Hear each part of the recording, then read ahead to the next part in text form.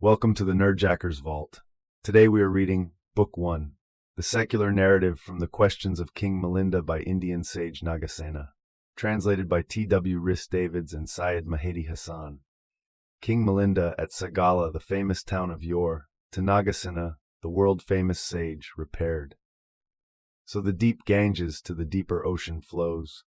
To him, the eloquent, the bearer of the torch of truth, dispeller of the darkness of men's minds, subtle and knotty questions did he put, many, turning on many points. Then were solutions given, profound in meaning, gaining access to the heart, sweet to the ear and passing wonderful and strange.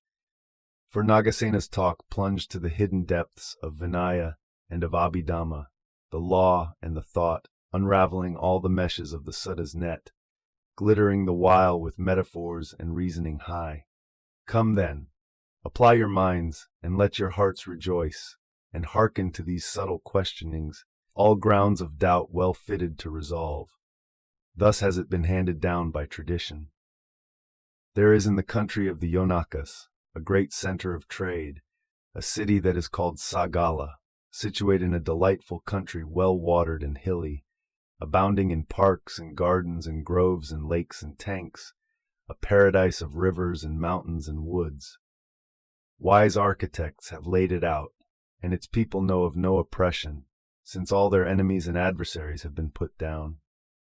Brave is its defense, with many and various strong towers and ramparts, with superb gates and entrance archways, and with the royal citadel in its midst, white-walled and deeply moated.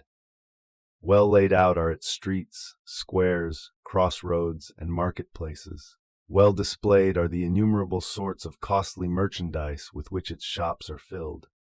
It is richly adorned with hundreds of almshalls of various kinds, and splendid with hundreds of yew-sands of magnificent mansions, which rise aloft like the mountain peaks of the Himalayas.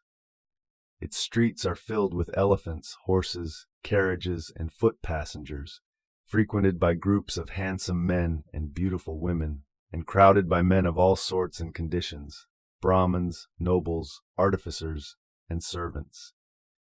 They resound with cries of welcome to the teachers of every creed, and the city is the resort of the leading men of each of the differing sects. Shops are there for the sale of Benares muslin, of Kotambara stuffs, and of other cloths of various kinds, and sweet odors are exhaled from the bazaars, where all sorts of flowers and perfumes are tastefully set out. Jewels are there in plenty, such as men's hearts desire, and guilds of traders in all sorts of finery display their goods in the bazaars that face all quarters of the sky. So full is the city of money, and of gold and silver ware, of copper and stoneware, that it is a very mine of dazzling treasures. And there is laid up there much store of property and corn and things of value in warehouses, foods and drinks of every sort, syrups and sweetmeats of every kind. In wealth it rivals Uttarakuru, and in glory it is as Alakamanda, the city of the gods. Having said thus much, we must now relate the previous birth history of these two persons, Milinda and Nagasena, and the various sorts of puzzles. This we shall do under 6 parts. 1. Their previous history, the Puba Yoga. 2. The Milinda problems. 3. Questions as to distinguishing characteristics. 4. Puzzles arising out of contradictory statements. 5. Puzzles arising out of ambiguity. 6. Discussions turning on metaphor. And of these the Milinda problems are in 2 divisions, questions as to distinctive characteristics and questions aiming at the dispelling of doubt. And the puzzles arising out of contradictory statements are in 2 divisions, the long chapter and the problems in the life of the recluse. So we will begin with their previous history, the Puba Yoga. By Puba Yoga is meant their past karma, their doings in this or previous lives. Long ago they say, when Kassapa the Buddha was promulgating the faith, there dwelt in one community near the Ganges a great company of members of the order. There the brethren, true to established rules and duties, rose early in the morning, and taking the long-handled brooms, would sweep out the courtyard and collect the rubbish into a heap. meditating the while on the virtues of the Buddha. One day a brother told a novice to remove the heap of dust, but he, as if he heard not, went about his business, and on being called a second time and a third, still went his way as if he had not heard. Then the brother, angry with so intractable a novice, dealt him a blow with the broomstick. This time, not daring to refuse, he set about the task crying, and as he did so, he muttered to himself this first aspiration: "May I, by reason of this meritorious act of throwing out the rubbish, in each successive condition in which I may be born, up to the time when I attain nirvana, be powerful and glorious as the midday sun." When he had finished his work, he went to the riverside to bathe, and on beholding the mighty billows of the Ganges seething and surging, he uttered this second aspiration: "May I, in each successive condition in which I may be born till I attain nirvana, possess the power of saying the right thing, and saying it instantly, under any circumstance that may arise, carrying all before me like this mighty surge." Now that brother, after he had put the broom away in the broom closet, had likewise wandered down to the riverside to bathe, and as he walked he happened to overhear what the novice had said. Then thinking, "If this fellow, on the ground of such an act of merit, which after all was instigated by me, can harbor hopes like this, what may not I attain to?"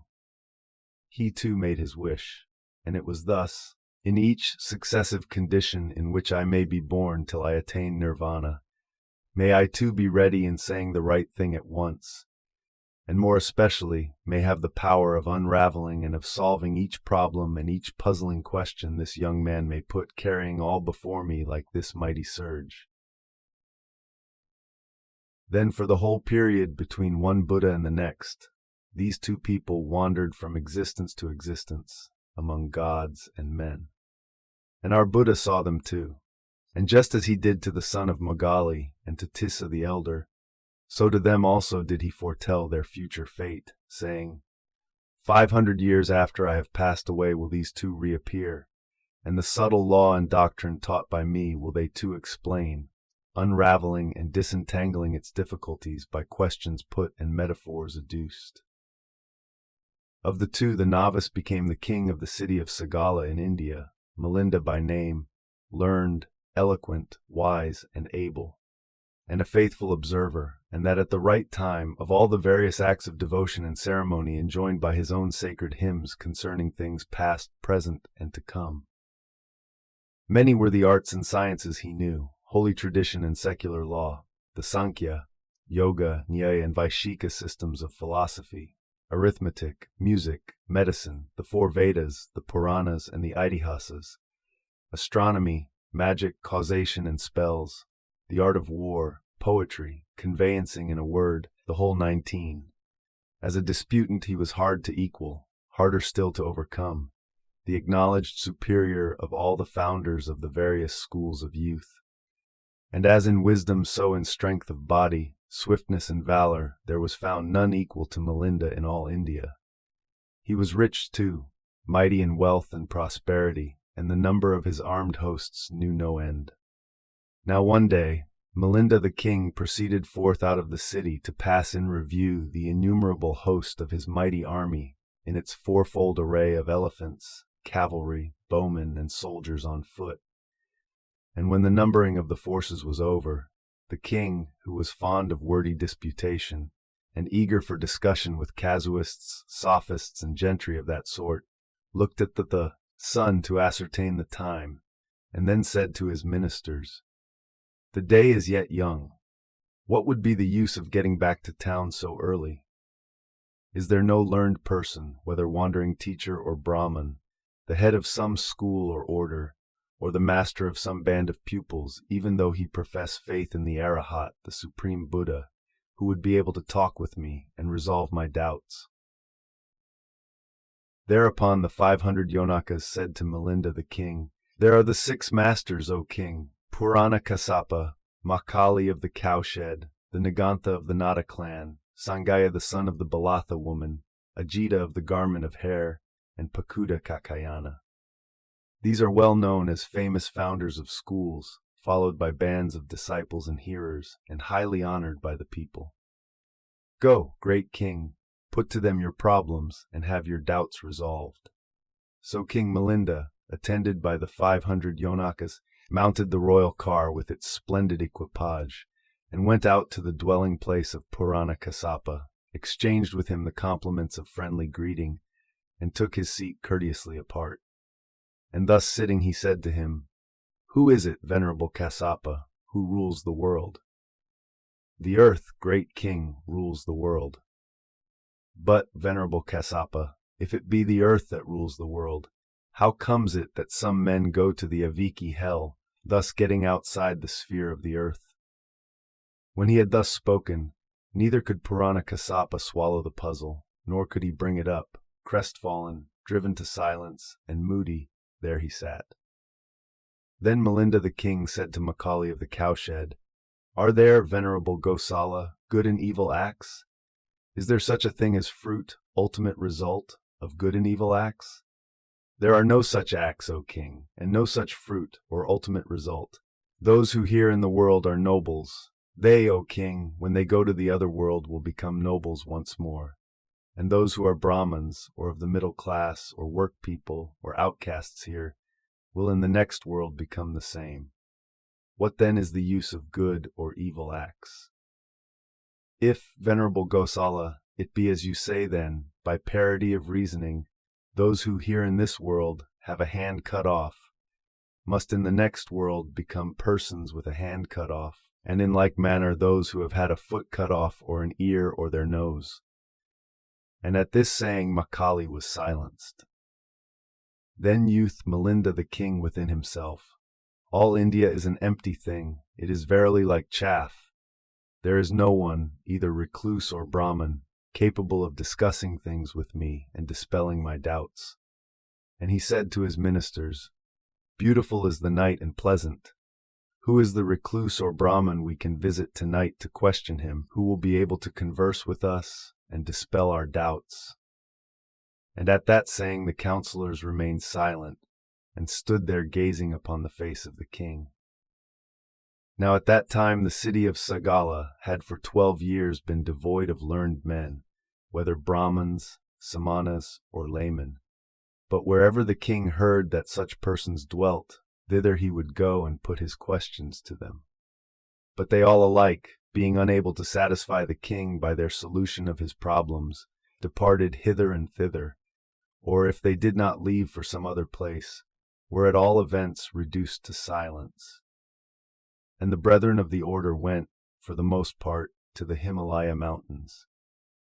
Now at that time there dwelt in the mountain region of the Himalayas, on the guarded slope, an innumerable company of Arahats brethren, who, while yet alive, had attained nirvana. And the venerable Asagutta, by means of his divine power of hearing, heard those words of King Milinda, and he convened an assembly of the order on the summit of the Ugandhara mountain, and asked the brethren, "Is there any member of the order able to hold converse with Milinda the king, and resolve his doubts?" Then were they all silent, and a second and a third time he put the same question to them, and still none of all the number spake. Then he said to the assembled order, "There is, reverend sirs, in the heaven of the 33, and east of the Vegayanta palace, a mansion called Ketumi, wherein dwells the god Nāgasena. He is able to hold converse with Milinda the king, and to resolve his doubts." And the innumerable company of Arahats vanished from the summit of the Ugandhara mountain, and appeared in the heaven of the 33. And Saka, the king of the gods, beheld those brethren of the order as they were coming from afar. And at the sight of them he went up to the venerable Asagutta, and bowed down before him, and stood reverently aside. And so standing he said to him, "Great reverend sir, is the company of the brethren that has come. What is it that they want? I am at the service of the order. What can I do for you?" And the venerable Asagutta replied, "There is, O king, in India, in the city of Sagala, a king named Milinda. As a disputant he is hard to equal, harder still to overcome. He is the acknowledged superior of all the founders of the various schools of youth. He is in the habit of visiting the members of the order and harassing them by questions of speculative import. Then said Saka, the king of the gods, to him, "That same King Milinda, venerable one, left this condition to be born as a man, and there dwells in the mansion Ketumati a god, Nāgasena by name, who is able to hold converse with him and to resolve his doubts. That god we will beseech to suffer himself to be reborn into the world of men." So Saka, the king of the gods, preceded by the order, entered the Ketumati mansion, and when he had embraced Nāgasena the god, he said to him, "The order of the brethren, Lord, makes this request of you, to be reborn into the world of men." "I have no desire, sir, for the world of men, so overladen with action, the karma. Hard is life as a man. It is here, sir, in the world of the gods, that, being reborn in ever higher and higher spheres, I hope to pass away." And a second and a third time did Saka, the king of the gods, make the same request, and the reply was still the same. Then the venerable Asaguta addressed Nāgasena the god and said, "On passing in review, Lord, the worlds of gods and men, there is none but you that we find able to succor the faith by refuting the heretical views of Milinda the king. The whole order beseeches you, Lord, saying, 'Condescend, O worthy one, to be reborn among men, in order to lend to the religion of the Blessed One thy powerful aid.'" Then was Nāgasena the god overjoyed and delighted in heart at the youth that he would be able to help the faith by refuting the heresy of Milinda, and he gave them his word, and said, "Very well then, venerable ones, I consent to be reborn in the world of men." Then the brethren, having thus accomplished the task they had taken in hand, vanished from the heaven of the 33, and reappeared on the guarded slope in the Himalaya mountains. And the venerable Asaguta addressed the order, and said, "Is there, venerable ones, any brother belonging to this company of the order, who has not appeared in the assembly?" Thereupon a certain brother said there was, that Rohana had a week previously gone into the mountains, and become buried in meditation, and suggested that a messenger should be sent to him. And at that very moment the venerable Rohana aroused himself from his meditation, and was aware that the order was expecting him. And vanishing from the mountain top, he appeared in the presence of the innumerable company of the brethren. And the venerable Asaguta said to him, "How now, venerable Rohana? When the religion of the Buddha is in danger of crumbling away, have you no eyes for the work of the order?" "It was through inadvertence, sir," said he. "Then, venerable Rohana, atone for it." "What, sir, should I do?" "There is a Brahmin village, venerable Rohana, called Kagangala, at the foot of the Himalaya mountains, and there dwells there a Brahmin called Sonutara. He will have a son called Nagasena. Go to that house for alms during 7 years and 10 months. After the lapse of that time, you shall draw away the boy from a worldly life, and cause him to enter the order. When he shall have abandoned the world, then shall you be free of the atonement for thy fault." "Let it be even as you sayest," said the venerable Rohana in assent. Now Nāgasena the god passed away from the world of the gods, and was reborn in the womb of the wife of the Brahmin Sonutara. And at the moment of his conception, 3 strange, wonderful things took place. Arms and weapons became all ablaze. The tender grain became ripe in a moment, and there was a great rain in the time of drought. And the venerable Rohana went to that house for alms for 7 years and 10 months from the day of Nāgasena's reincarnation, but never once did he receive so much as a spoonful of boiled rice, or a ladleful of sour gruel, or a greeting, or a stretching forth of the joined hands, or any sorts of salutation. Nay, rather, it was insults and taunts that fell to his share, and there was no one who so much as said, "Be so good, sir," as to go on to the next house. But when all that period had gone by, he one day happened to have those very words addressed to him. And on that day, the Brahmin, on his way back from his work in the fields, saw the elder as he met him on his return, and said, "Well, hermit, have you been to our place?" "Yes, Brahman, I have." "But did you get anything there?" "Yes, Brahman, I did." And he was displeased at this, and went on home and asked them, "Did you give anything to that hermit?" "We gave him nothing," was the reply. Thereupon the Brahman, the next day, seated himself right in the doorway, thinking to himself, "Today I'll put that hermit to shame for having told a lie." And the moment that the elder in due course came up to the house again, he said, "Yesterday you said you had got something at my house, having all the while got nothing. Is lying allowed to you fellows?" And the elder replied, "Brahman, for 7 years and 10 months, no one even went so far as to suggest politely that I should pass on. Yesterday this courtesy was extended to me. It was to that I referred."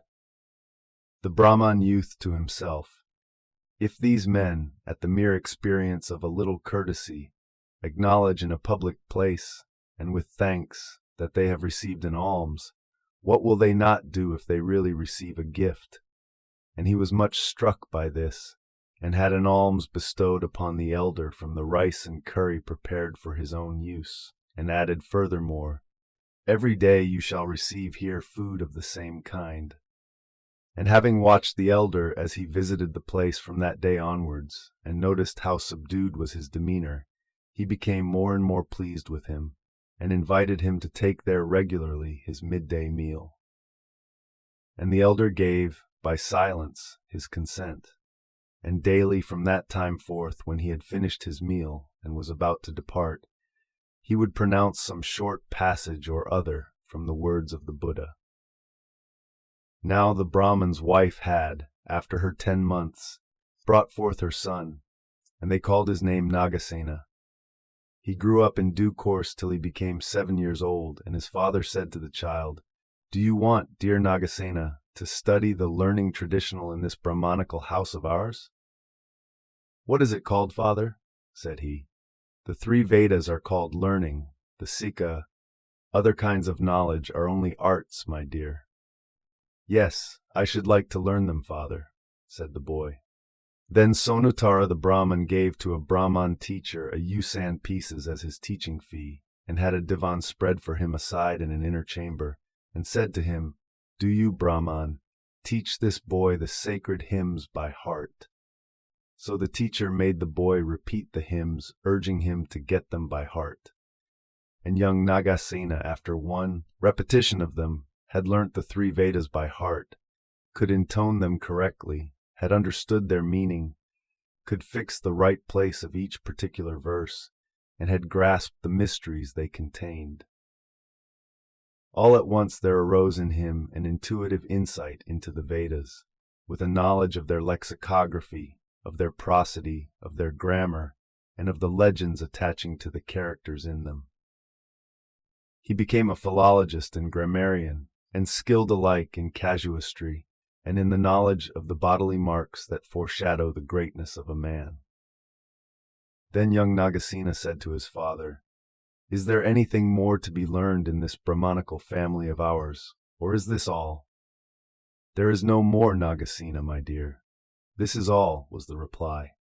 And young Nagasena repeated his lesson to his teacher for the last time, and went out of the house, and in obedience to an impulse arising in his heart as the result of previous karma, sought a place of solitude, where he gave himself up to meditation. And he reviewed what he had learnt throughout from beginning to end, and found no value in it anywhere at all. And he exclaimed in bitterness of soul, "Empty forsooth are these Vedas, and as chaff.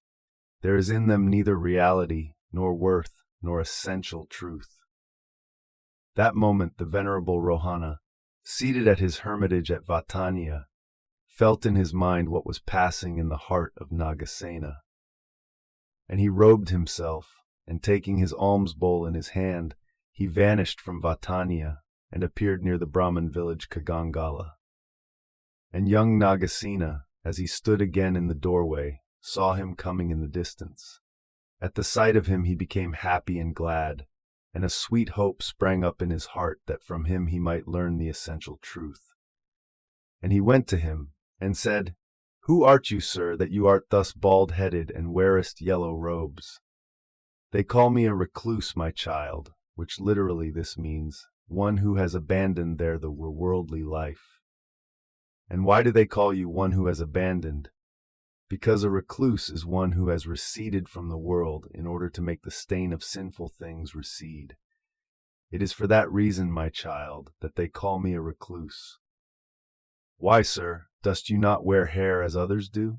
A recluse shaves off his hair and beard on the recognition of the 16 impediments therein to the higher life. And what are those 16? The impediments of ornamenting it and decking it out, of putting oil upon it, of shampooing it, of placing garlands round it, of using scents and unguents, and myrobalan seeds and dyes and ribbons and combs, of calling in the barber, of unraveling curls, and of the possibility of vermin. When their hair falls off, they are grieved and harassed.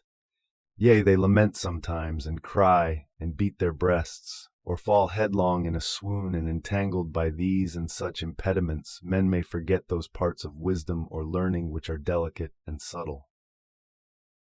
And why, sir, are not thy garments too as those of other men?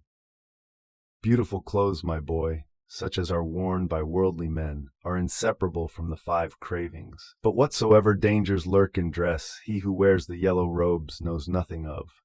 It is for that reason that my dress is not as other men's. Dost you know, Lord, what is real knowledge? Yes, lad, the real knowledge I know, and what is the best hymn, the mantra in the world, that too I know. Could you teach it, Lord, to me too? Yes, I could. Teach me, then. Just now is not the right time for that. We have come down to the village for alms. Then young Nagasena took the alms bowl the venerable Rohana was carrying, and led him into the house, and with his own hands supplied him with food, hard and soft, as much as he required. And when he saw that he had finished his meal, and withdrawn his hand from the bowl, he said to him, Now, sir, will you teach me that hymn? When you hast become free from impediments, my lad, by taking upon you and with thy parents' consent the hermit's dress I wear, then I can teach it you. So young Nagasena went to his father and mother and said, This recluse says he knows the best hymn in the world, but that he cannot teach it to anyone who has not entered the order as his pupil. I should like to enter the order and learn that hymn. And his parents gave their consent, for they wished him to learn the hymn, even at the cost of retiring from the world, and they youth that when he had learned it, he would come back again. Then the venerable Rohana took Nagasena to the Vataniya hermitage, to the Vigamba Vathu, and having spent the night there, took him on to the guarded slope, and there, in the midst of the innumerable company of the Arahats, young Nagasena was admitted as a novice into the order. And then, when he had been admitted to the order, the venerable Nagasena said to the venerable Rohana, I have adopted your dress, now teach me that hymn.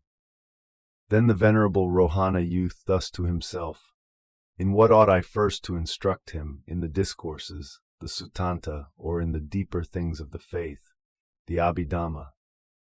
And inasmuch as he saw that Nagasena was intelligent, and could master the Abhidhamma with ease, he gave him his first lesson in that. And the venerable Nagasena, after hearing it repeated but once, knew by heart the whole of the Abhidhamma, that is to say, the Dhamma Sangani, with its great divisions into good, bad, and indifferent qualities, and its subdivisions into couples and triplets, the Vibhanga, with its 18 chapters, beginning with the book on the constituent elements of beings, the Dhatu Katha, with its 14 books, beginning with that on compensation and non-compensation, the Pugala. Panyati, with its 6 divisions into discrimination of the various constituent elements, discrimination of the various senses and of the properties they apprehend, and so on. The Kathavathu, with its Usan sections, 500 on as many points of our own views, and 500 on as many points of our opponents' views. the Yamaka, with its 10 divisions into complementary propositions as to origins, as to constituent elements, and so on, and the Patana, with its 24 chapters on the reason of causes, the reason of ideas, and the rest. And he said, "That will do, sir. You need not propound it again. That will suffice for my being able to rehearse it." Then Nagasena went to the innumerable company of the Arahats and said, "I should like to propound the whole of the Abhidhamma Pitaka, without abridgment, arranging it under the 3 heads of good, bad, and indifferent qualities." And they gave him leave. And in 7 months the venerable Nagasena recited the 7 books of the Abhidhamma in full. And the earth thundered, the gods shouted their applause, the Brahma gods clapped their hands, and there came down a shower from heaven of sweet-scented sandalwood dust, and of mandarava flowers. And the innumerable company of the Arahats, then and there at the guarded slope, admitted the venerable Nagasena, then 20 years of age, to full membership in the higher grade of the order. Now the next day after he had thus been admitted into full membership in the order, the venerable Nagasena robed himself at dawn, and taking his bowl, accompanied his teacher on his round for alms to the village below. And as he went, this youth arose within him. It was, after all, empty-headed and foolish of my teacher to leave the rest of the Buddha's word aside, and teach me the Abhidhamma first. And the venerable Rohana became aware in his own mind of what was passing in the mind of Nagasena, and he said to him, "That is an unworthy reflection that you art making, Nagasena. It is not worthy of you so to think. How strange and wonderful, youth Nagasena, that my teacher should be able to tell in his own mind what I am thinking of. I must ask his pardon." And he said, "Forgive me, sir. I will never make such a reflection again." "I cannot forgive you, Nagasena, simply on that promise," was the reply.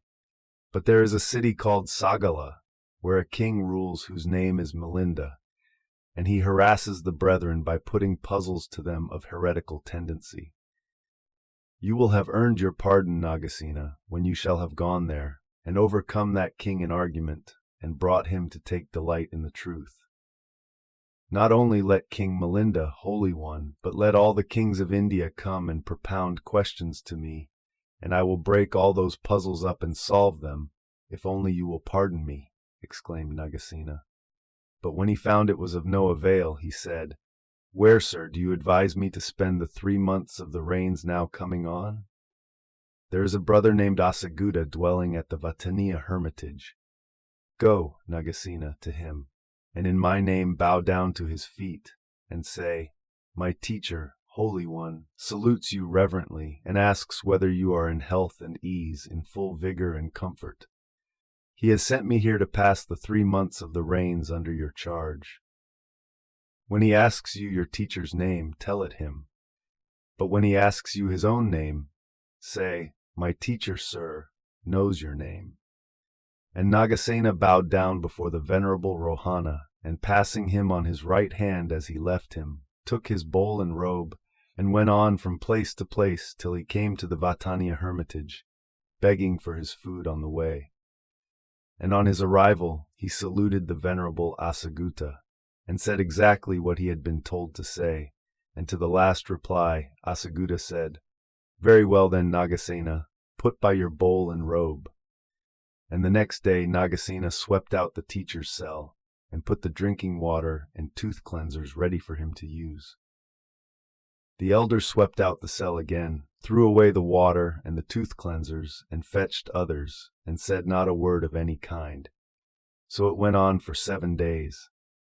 On the 7th the elder again asked him the same questions as before, and on Nagasena again making the same replies, he gave him leave to pass the rainy season there. Now a certain woman, a distinguished follower of the faith, had for 30 years and more administered to the wants of the venerable Asaguta. And at the end of that rainy season she came one day to him, and asked whether there was any other brother staying with him. And when she was told that there was one, named Nagasena, she invited the elder, and Nagasena with him, to take their midday meal the next day at her house. And the elder signified by silence his consent. The next forenoon the elder robed himself, and taking his bowl in his hand, went down, accompanied by Nagasena as his attendant, to the dwelling place of that disciple, and there they sat down on the seats prepared for them. And she gave to both of them food, hard and soft, as much as they required, waiting upon them with her own hands. When Asagutta had finished his meal, and the hand was withdrawn from the bowl, he said to Nagasena, "Do you, Nagasena, give the thanks to this distinguished lady." And so saying, he rose from his seat and went away. And the lady said to Nagasena, "I am old, friend Nagasena. Let the thanksgiving be from the deeper things of the faith." And Nagasena, in pronouncing the thanksgiving discourse, dwelt on the profounder side of the Abhidhamma, not on matters of mere ordinary morality, but on those relating to arahatship.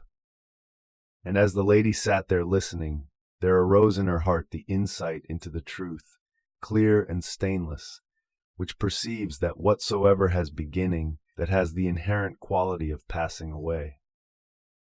And Nagasena also, when he had concluded that thanksgiving discourse, felt the force of the truths he himself had preached, and he too arrived at insight.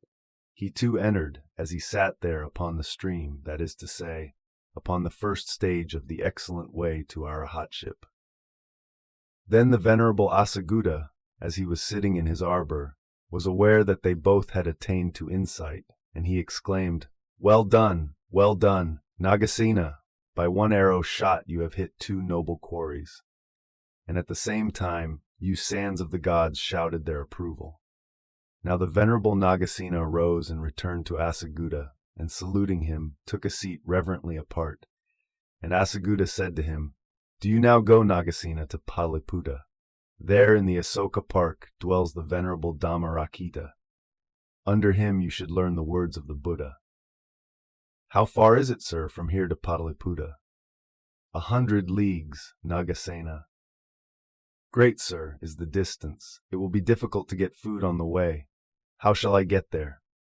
"Only go straight on, Nagasena. You shall get food on the way, rice from which the black grains have been picked out, with curries and gravies of various sorts." "Very well, sir," said Nagasena, and bowing down before his teacher, and passing him on the right side as he went, he took his bowl and his robe, and departed for Pataliputra. At that time a merchant of Pataliputra was on his way back to that city with 500 wagons, and when he saw the venerable Nagasena coming in the distance, he stopped the wagons, and saluted Nagasena, and asked him, "Whither art you going, father?" "To Pataliputra, householder." "That is well, father. We too are going thither. It will be more convenient for you to go with us." And the merchant, pleased with Nagasena's manners, provided him with food, hard and soft, as much as he required, waiting upon him with his own hands. And when the meal was over, he took a low seat, and sat down reverently apart. So seated, he said to the venerable Nagasena, "What, father, is your name?" "I am called Nagasena, householder." "Dost you know, father, what are the words of Buddha?" "I know the Abhidhamma." "We are most fortunate, father. This is indeed an advantage. I am a student of the Abhidhamma, and so art you. Repeat to me, father, some passages from it." Then the venerable Nagasena preached to him from the Abhidhamma, and by degrees as he did so there arose in Nagasena's heart the insight into the truth, clear and stainless, which perceives that whatsoever has in itself the necessity of beginning, that too has also the inherent quality of passing away. And the Pataliputra merchant sent on his wagons in advance, and followed himself after them. And at a place where the road divided, not far from Pataliputra, he stopped, and said to Nagasena, "This is the turning to the Asoka Park.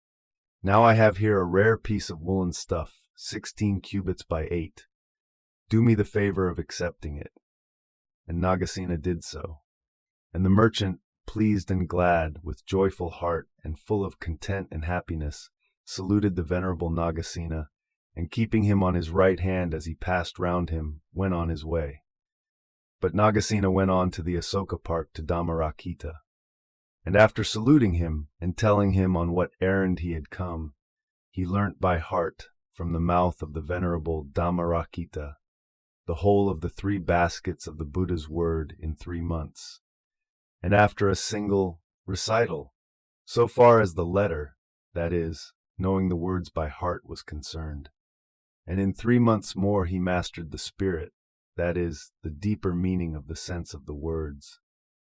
But at the end of that time, the venerable Dhammarakita addressed him, and said, Nagasena, as a herdsman tends the cows, but others enjoy their produce, so you too carriest in thy head the whole 3 baskets of the Buddha's word, and still art not yet a partaker of the fruit of samanaship. Though that be so, Holy One, say no more, was the reply. And on that very day, at night, he attained to arahatship, and with it to the 4-fold power of that wisdom possessed by all arahats, that is to say, the realization of the sense, and the appreciation of the deep religious teaching contained in the word, the power of intuitive judgment, and the power of correct and ready exposition. And at the moment of his penetrating the truth, all the gods shouted their approval, and the earth thundered, and the Brahma gods clapped their hands, and there fell from heaven a shower of sweet-scented sandal dust, and of mandarava flowers. Now at that time the innumerable company of the arahats at the guarded slope in the Himalaya mountains sent a message to him to come, for they were anxious to see him. And when he heard the message, the venerable Nagasena vanished from the Asoka Park and appeared before them. And they said, Nagasena, that King Milinda is in the habit of harassing the brethren by naughty questions and by argumentations this way and that. Do you, Nagasena, go and master him. Not only let King Milinda, holy ones, but let all the kings of India come and propound questions to me. I will break all those puzzles up and solve them. You may go fearlessly to Sagala. Then all the elders went to the city of Sagala, lighting it up with their yellow robes like lamps, and bringing down upon it the breezes from the heights where the sages dwell. At that time the venerable Ayupala was living at the Sankhya hermitage. And King Milinda said to his counselors, Beautiful is the night and pleasant. Who is the wandering teacher or Brahmin we can visit tonight to question him, who will be able to converse with us and to resolve our doubts? And the 500 Yonakas replied, There is the elder lord named Ayupala, versed in the 3 baskets and in all the traditional lore. He is living now at the Sankhya hermitage. To him you might go, O king, and put your questions to him. Very well, then. Let the venerable one be informed that we are coming. Then the royal astrologer sent a message to Ayupala to the effect that King Milinda desired to call upon him. And the venerable one said, Let him come. So Milinda the king, attended by the 500 Yonakas, mounted his royal chariot and proceeded to the Sankhya hermitage, to the place where Ayupala dwelt, and exchanged with him the greetings and compliments of friendship and courtesy, and took his seat respectfully apart. And then he said to him, Of what use, venerable Ayupala, is the renunciation of the world carried out by the members of your order, and in what do you place the summum bonum? Our renunciation, O king, replied the elder, is for the sake of being able to live in righteousness and in spiritual calm. Is there, sir, any layman who lives so? Yes, great king, there are such laymen. At the time when the Blessed One set rolling the royal chariot wheel of the kingdom of righteousness at Benares, at the deer park, 18 kotis of the Brahma gods and an innumerable company of other gods attained to comprehension of the truth. And not one of those beings, all of whom were laymen, had renounced the world. And again, when the Blessed One delivered the Mahasamaya discourse, and the discourse on the greatest blessing, and the exposition of quietism, and the exhortation to Rahula, the multitude of gods who attained to comprehension of the truth cannot be numbered, and not one of those beings, all of whom were laymen, had renounced the world. Then, Most venerable Ayupala, your renunciation is of no use. It must be in consequence of sins committed in some former birth that the Buddhist samanas renounce the world and even subject themselves to the restraints of one or other of the 13 aids to purity. Those who remain on one seat till they have finished their repast were, forsooth, in some former birth, thieves who robbed other men of their food. It is in consequence of the karma of having so deprived others of food that they have now only such food as they can get at one sitting, and are not allowed to eat from time to time as they want. It is no virtue on their part, no meritorious abstinence, no righteousness of life. And they who live in the open air were, forsooth, in some former birth, dacoits who plundered whole villages. It is in consequence of the karma of having destroyed other people's homes that they live now without a home and are not allowed the use of huts. It is no virtue on their part, no meritorious abstinence, no righteousness of life. And those who never lie down, they, forsooth, in some former birth, were highwaymen who seized travelers and bound them and left them sitting there. It is in consequence of the karma of that habit that they have become nesajika in this life, the men who always sit and get no beds to lie on. It is no virtue on their part, no meritorious abstinence, no righteousness of life. And when he had thus spoken, the venerable Upala was silenced, and had not a word to say in reply. Then the 500 Yonakas said to the king, "The elder, O king, is learned, but is also diffident. It is for that reason that he makes no rejoinder." But the king, on seeing how silent Upala had become, clapped his hands and cried out, "All India is an empty thing, it is verily like chaff. There is no one, either Samana or Brahman, capable of discussing things with me and dispelling my doubts." As he looked, however, at the assembly, and saw how fearless and self-possessed the Yonakas appeared, he youthed within himself, "For a certainty there must be, methinks, some other learned brother capable of disputing with me, or those Yonakas would not be thus confident." And he said to them, "Is there, my good men, any other learned brother to discuss things with me and dispel my doubts?" Now at that time the venerable Nagasena, after making his alms tour through the villages, towns, and cities, had in due course arrived at Sagala, attended by a band of samanas as the leader of a company of the order, the head of a body of disciples, the teacher of a school, famous and renowned and highly esteemed by the people. And he was learned, clever, wise, sagacious, and able, a skillful expounder, of subdued manners but full of courage, well versed in tradition, master of the 3 baskets, the Pitakas, and erudite in Vedic lore.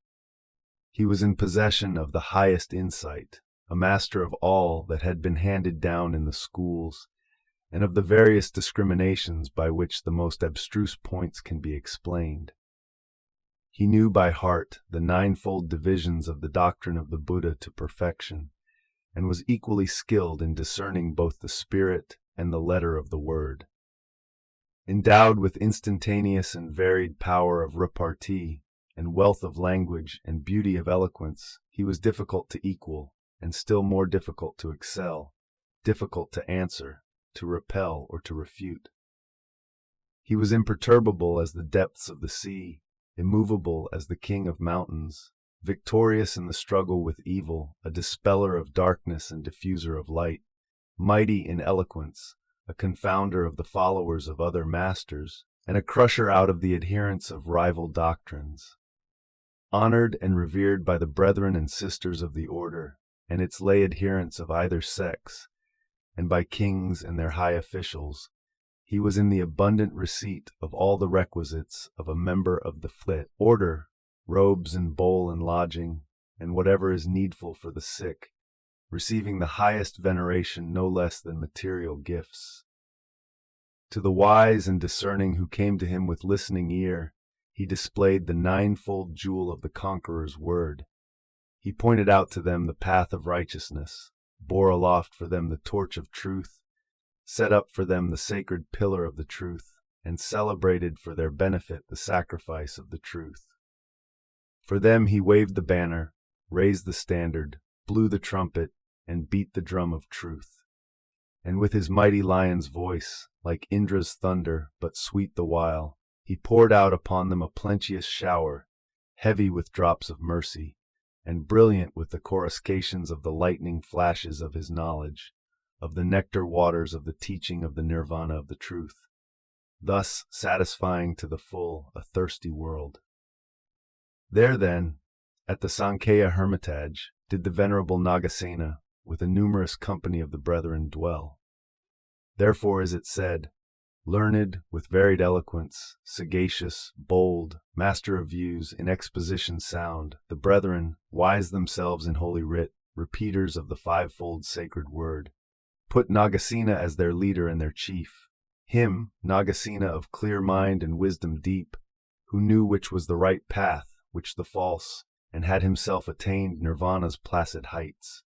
Attended by the wise, by holders to the truth, he had gone from town to town, and come to Sagala, and now he dwelt there in Sankhaya's grove, appearing among men like the lion of the hills. And Devamantiya said to King Milinda, "Wait a little, great king, wait a little. There is an elder named Nagasena, learned, able, and wise, of subdued manners, yet full of courage, versed in the traditions, a master of language, and ready in reply, one who understands alike the spirit and the letter of the law, and can expound its difficulties and refute objections to perfection. He is staying at present at the Sankhya hermitage. You should go, great king, and put your questions to him. He is able to discuss things with you and dispel your doubts."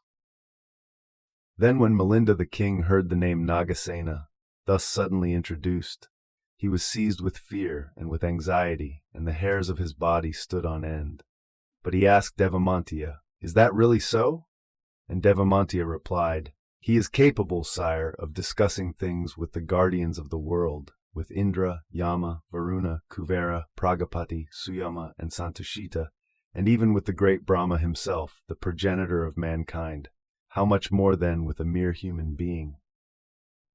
"Do you then, Devamantiya," said the king, "send a messenger to say I am coming?"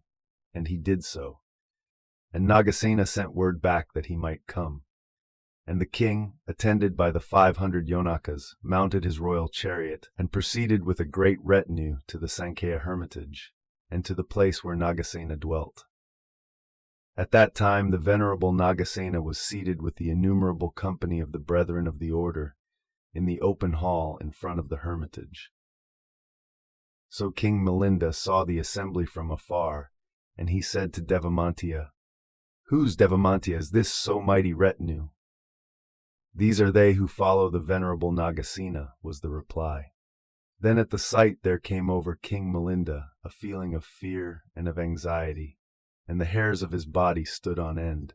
But nevertheless, though he felt like an elephant hemmed in by rhinoceroses, like a serpent surrounded by the Garudas, the snake-eating mythical birds, like a jackal surrounded by boa constrictors, or a bear by buffaloes, like a frog pursued by a serpent, or a deer by a panther, like a snake in the hands of a snake charmer, or a rat played with by a cat, or a devil charmed by an exorcist, like the moon when it is seized by Rahu, like a snake caught in a basket, or a bird in a cage, or a fish in a net, like a man who has lost his way in a dense forest haunted by wild beasts, like a Yaka, the ogre who has sinned against Vesavana, the king of ogres and fairies, or like a god whose term of life as a god has reached its end, though confused and terrified, anxious and beside himself in an agony of fear like that, yet at the youth that he must at least avoid humiliation in the sight of the people. He took courage and said to Devamantiya, "You need not trouble to point out to me which is Nagasena. I shall pick him out unaided." "Certainly, sire, recognize him yourself," said he. Now Nagasena was junior in seniority, reckoned from the date of his full membership in the order, to the half of that great company seated in front of him, and senior to the half seated behind him. And as he looked over the whole of the assembly, in front, and down the center, and behind, King Milinda detected Nagasena seated in the middle, and, like a shaggy lion who knows no fear or frenzy, entirely devoid of nervous agitation and free from shyness and trepidation. And as soon as he saw him, he knew by his mien that that was Nagasena, and he pointed him out to Devamantiya. "Yes, great king," said he, "that is Nagasena. Well hast you, sire, recognized the sage." Whereupon the king rejoiced that he had recognized Nagasena without having had him pointed out to him.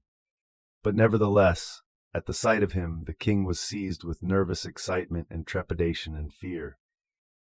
Therefore is it said, "At the sight of Nagasena, wise and pure, subdued in all that is the best subjection," Milinda uttered this foreboding word.